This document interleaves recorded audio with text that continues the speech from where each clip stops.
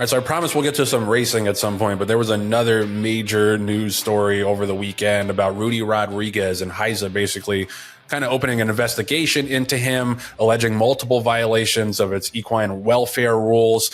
They served a notice to him on November 21st and was shared with his attorney, Clark Brewster, and said, I'm quoting for the Blood Horse story here, asserts that the trainer failed to provide required veterinary care and diagnostic follow-up for horses placed on the veterinarian's list. Several of these horses died. There were 16 horses in total that he allegedly failed to do diagnostic follow-ups with after they were put on the vet's list.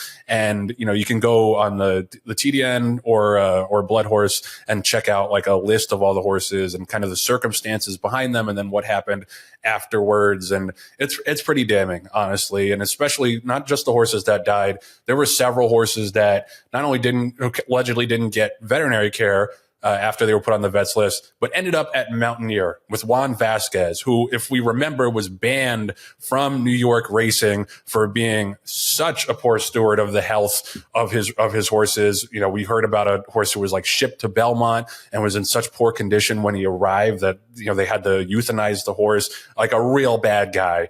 And to me, that's the most damning thing out of all of this. You know, it's not even just the not doing the follow up on the vet care.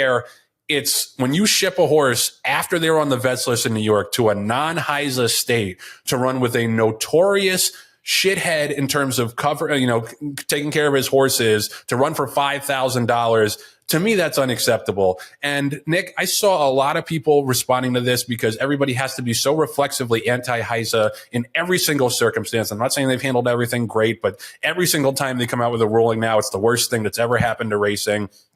I saw a lot of people doing the old, Rudy's a good guy defense. You know, it's Rudy.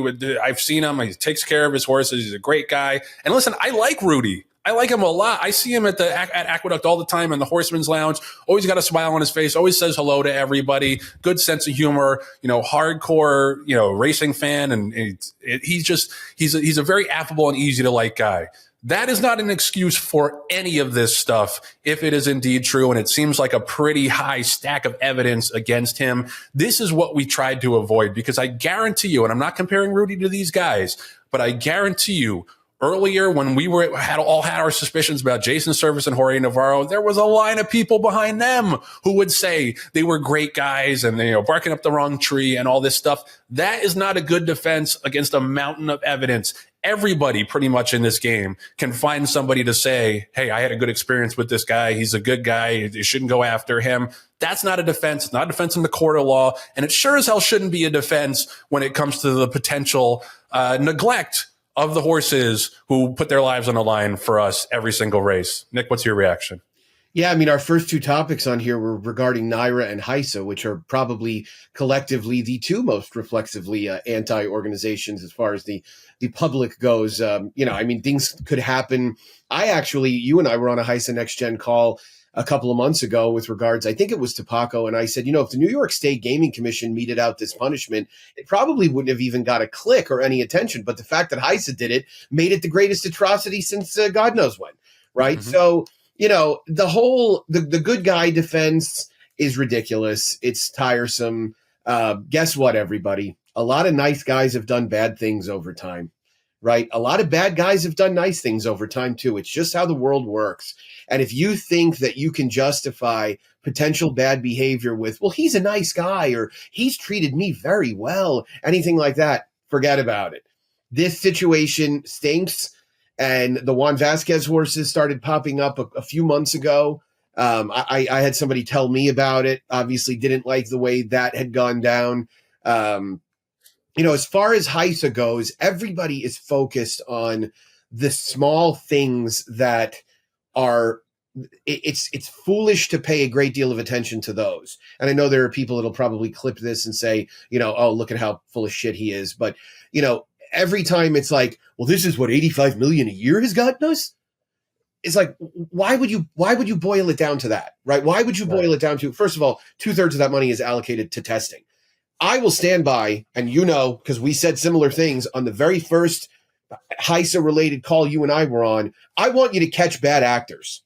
That's what I want HISA to be about. I want you to catch bad actors, whether they're cheats, whether they're criminals, whatever the hell they're doing. I want you to find those people and get rid of them. I don't care if they win at a 25% clip or a 2% clip. I want them gone, right? Because at the end of the day, I care about animal welfare. I care about the horses being kept up with and being treated well. And obviously that makes for safety amongst the riders as well. It makes the track's jobs a lot easier. And if you have this number of horses end up on the vets list and this number break down, you need a hell of a lot more than your peers or your fans or people on social media saying, well, he's a really nice guy. You know, it's just not going to work. It's not, that defense is long gone. So this is a list of things that is awfully damning. And I'm sure you feel similarly that there are some people who I saw posts from in support of him. And I thought, geez, man, did you think about that before hitting reply? It just, you really want to be on that side of it. But this is a situation where I want to be on the side of whomever is going after people that are behaving inappropriately. And I know he's gonna call me out again and call me a shill and sick all of his loser minions on me again for this. But Mike Rapoli, a guy who is justifiably in the side of providing aftercare for our horses and how important that is. What about the horses on the track? What about these horses who allegedly were not given the correct care, many of whom died, some of which ended up at West Virginia tracks, which we all know is the wild fucking West, and at Mountaineers, some of the saddest racing you could imagine down there with those 4,000 claimers, broken down horses. How can you possibly defend those horses after being put on the vets list, being sent to West Virginia to run for cheap tags? Like, that is completely indispensable. And I know you have a relationship with Rudy, and again, I personally like Rudy a lot, but how can you look at this list of 16 horses who were allegedly not provided veterinary care, many of which died, some of which ended up at Mountaineer, and say that this is okay if you care about horse welfare? You can't do it. And it's incredibly frustrating because this is the exact kind of thing, Nick, along with, the cheaters in the past. This is the kind of thing that if it happened before HISA, the same people would be up in arms and complaining like, where is anybody to do anything about this? Like, why is no one stepping up and speaking up for the horses? And now when someone actually does it, you have a problem with that. And it's government overreach. And I'm just so tired of people talking out of both sides of their mouths where they think, that they're all for the horses' safety and catching the cheaters. And then when somebody tries to step up for the horses and their safety and tries to bust some guys for some medications that a lot of people I think are being used to juice horses, then it's a huge problem. Like, I'm really tired of it. And like I said, you can go and read all of the individual instances and what happened to those horses. The only possible defense I could come up with is that he didn't log them into the HISA portal. And I think that would be a very, very flimsy defense because, just knowing from some of the inner workings, HISA sends out warnings about this kind of thing. They don't wait and then jump on you when they have enough evidence and say, ha, gotcha. They send out warnings. They did it for Paco. They did it with Paco. Like they were always, everybody was like, oh, here they go with the gotcha on Paco. They sent him many, many warnings for his violations before they actually issued that suspension, and he just ignored them. And this is tough because in addition to, obviously the horse toll, Dylan Davis is in the hospital because of Heavyweight Champs' breakdown. That horse broke down in front of his horse. Dylan took a huge fall. He's got a broken collarbone. He's got the broken ribs. He said this was the worst injury of his life. I'm sure his life flashed before his eyes. He could have been killed in that instance. So it's not just about the horses, as important as that is. Nick, this also puts the jockeys in danger when you put unsound horses on the track. Yeah, I mean, look, it's another fatality as well. So we're trying to improve what's going on there. It's a bad deal, right? There's no winner in this scenario whatsoever. And, one thing about Mike Rapoli, and I actually replied to him on this topic, this very topic, and he replied to me, you, Mike, and I share heritage, and one of our failings at times is loyalty, right? Amongst that community. Mike is very loyal to the people who he's worked with. It even created an erroneous opinion on his part about the Jockey Club Gold Cup, where he blamed Dylan instead of Kendrick. Kendrick's a rider that Todd Pletcher regularly uses. Nothing wrong with loyalty, and he's been a highly successful man. I'm sure he's been loyal to the right people as well. I hope he continues to be loyal to my good friend Pat Cummings. He's my daughter's godfather. So I have plenty of reason to believe in Pat, and obviously Mike replied to me and said, don't you want what I want? Of course I want what you want, right? I want the health and welfare of the game long term. I want all those things. That's not what we're talking about. If you're for the health and welfare of the game, you want guys that are doing stuff like that gone. It doesn't matter if they've trained horses for you. It doesn't matter it doesn't matter if they're a nice guy. You want people like that gone. You don't want them around if that's the way they're going to treat the horses. At the end of the day, those trainers are the absolute and ultimate insurers of those horses. And if that's how they're behaving and putting them in harm's way, as you're saying, there's a huge ripple effect in terms of who else could potentially be affected by it. Those are the kind of people that we want gone. You can't say HISA this, HISA that. HISA's not doing anything. You and I both know, everybody out there listening knows, Lisa Lazarus knows there are flaws with HISA. Undoubtedly. There are things that she probably would have liked to have done differently 3 years ago, 2 years ago, 1 year ago, 1 month ago. There are things she would change right now. However, when you're talking about an imperfect body trying to get to the best results possible, you're going to have times where people don't understand what you did, don't necessarily agree with what you did. You can't let that govern or dictate what you do.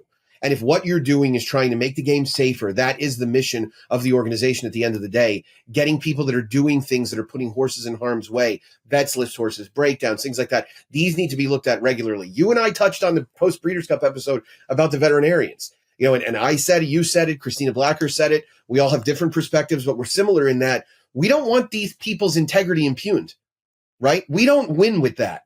We don't win when we say, oh, the vets have a vendetta. They're after all those Kenny McPeak horses. No. It's not about that. It's not about Kenny McPeak. It's about horses. It's about horse welfare. It's about making sure that healthy horses fit to run are put on the racetrack.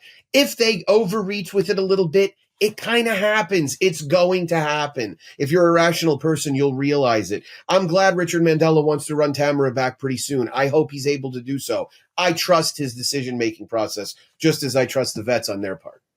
Yeah, and like we talked about, you have to walk the walk. You can't just talk the talk in terms of horse safety being the number one priority. Like it just, you have to actually back it up with support for the vets. And I just wish, and again, like people are going to call me a HISA shill for this. I could give a shit. I wish I could transport all of those people back to 2018 and 2019 and make them remember how outraged they were about the absolute lack of accountability for cheating trainers, for horse trainers that were breaking down horses left and right. There was absolutely no there was no rectification of that anywhere on the horizon. There was no even promise of a solution to those issues. And this is an imperfect solution, as Nick said, but it arose because of that, because we were so embarrassed by the Santa Anita breakdowns, by the FBI raids, busting Jorge Navarro and Jason Service. This didn't come about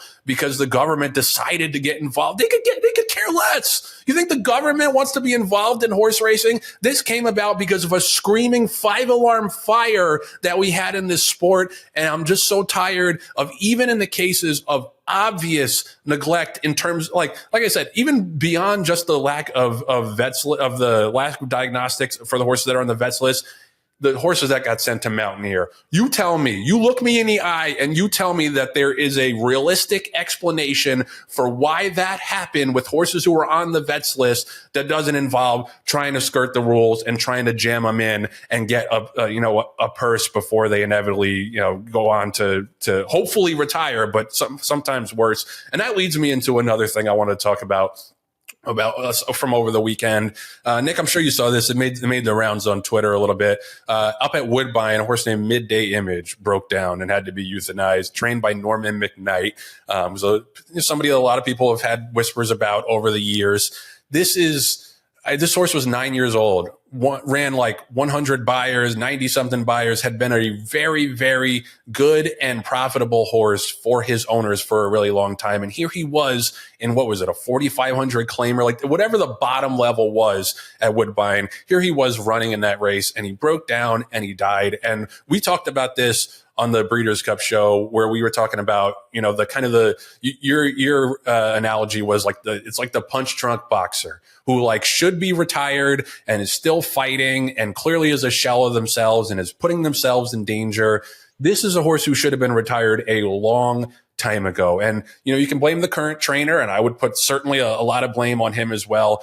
But I think you should also blame a lot of the people that failed him along the way. And I say this, with some credibility, because I want to shout out some of the people at West Point, because we do this pretty frequently. If we have a horse that we used to run that got claimed away from us, we keep tabs on them. And if we see them running for $5,000 or whatever it is at Evangeline Downs, we will almost always put the money up, claim that horse back, and then retire them. The responsibility does not end when that horse is no longer running under your name. And this is the consequence of jamming horses, especially older horses, into races over and over and over again when they're potentially unsound.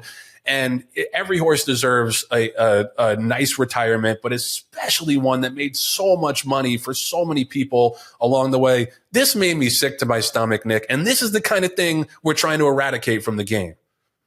Yeah, look, 59 career starts, over 540,000 in earnings. A horse that had won 13 races on turf and another one on synthetic. Actually, his last start prior to the day where he actually met his demise, unfortunately, at the $4,500 level.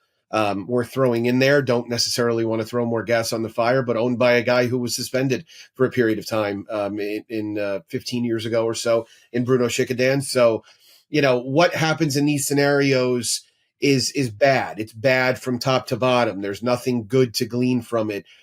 You and I will get to something positive at some point during this show. We will talk racing, I promise. At some point, will. We both love the game too. I guarantee you that. Yeah. And that's the reason why you talk about things like this. I'm not shy about being so bold as to say these are the kind of situations that will ultimately lead to us getting out of the claiming game altogether. And I think there's a lot of challenges with that. There are some potential pitfalls of it as well. I still think claiming is the easiest entry point for a new owner.